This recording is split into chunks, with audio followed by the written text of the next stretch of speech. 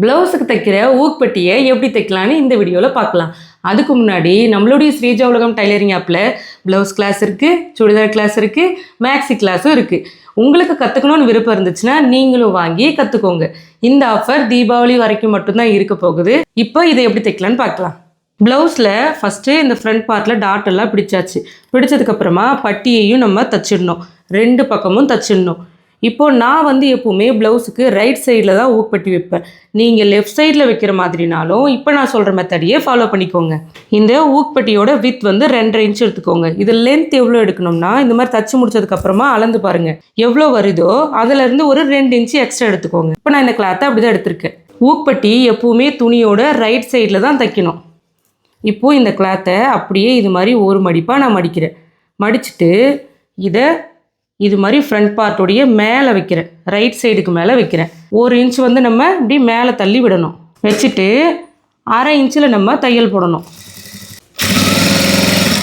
இந்த மாதிரி தச்சுட்டே வரும்போது ஒரு 1 இன்ச்சுக்கு முன்னாடியே இந்த நீடியில் நிறுத்திட்டு இங்கே எக்ஸ்ட்ரா இருக்கு இல்லையா, இதை இந்த பட்டிக்கு ஏற்ற மாதிரி இப்படி மடித்து விடணும்.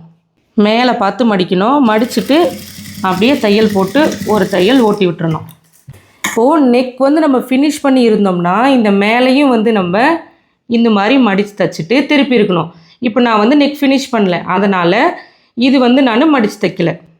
இப்போது இந்த ஊக்பட்டி பக்கத்தை அப்படியே இப்படி மேலே திருப்புறோம். திருப்பும்போது எப்படி இருக்குன்னா, நான் இப்போ தையல் போட்டிருக்கேன் இல்லையா, அந்த பிசுரும் இப்போ நான் திருப்புற கிளாத் பக்கம் தான் இருக்கணும்.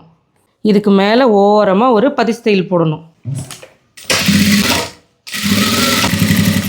முடிக்கும்போது ஒரு தையல் ஓட்டி விட்டு முடிச்சிடணும். இந்த மாதிரி ஒரு தையல் போட்டதுக்கப்புறமா துணியோட ராங் சைட் பக்கம் திருப்பிக்கணும். திருப்பிட்டு இப்போ நம்ம தையல் போட்டிருக்கோம் இல்லையா, இது அப்படியே உள்ளார பக்கம் திரும்பிடணும். இப்போ நம்ம ரைட் சைடு பக்கம் பார்த்தோம்னா எந்த தையலுமே தெரியாது. இப்போ நம்ம போட போகிற தையல் மட்டும்தான் தெரியணும். ஆரம்பிக்கும் போது ஒரு தையல் ஓட்டி விட்டுறணும். ஓட்டி விட்டுட்டு இந்த மாதிரி எக்ஸ்ட்ரா இருக்கிறது அப்படி உள்ளே தள்ளிடணும். தள்ளிட்டு அப்படியே ஸ்ட்ரெயிட்டாக தையல் போடணும். இப்போ துணியோட ரைட் சைடு பக்கம் திருப்பி பார்க்கலாம். இப்போ இந்த மாதிரி நம்மளுக்கு ஃபினிஷ் ஆகிருக்கும். இப்போது இந்த இடம் கரெக்டாக நம்மளுடைய ஃப்ரண்ட் நெக் வருது இல்லையா, இந்த இடம் நம்மளுக்கு தெரியும். இதை நம்ம கட் பண்ணி விட்டுறணும். இப்போது ரைட் சைடு நம்மளுக்கு சூப்பராக ஃபினிஷ் ஆகிடுச்சு. அதே மாதிரி ராங் சைட்லேயும் நம்மளுக்கு நல்லா நீட் ஃபினிஷிங்கில் இருக்கும். இது மாதிரி தான் நம்ம கொக்கி பட்டியை தைக்கணும். நீங்களும் இது மாதிரி தைச்சு பாருங்கள், உங்களுக்கு ஈஸியாக வரும்.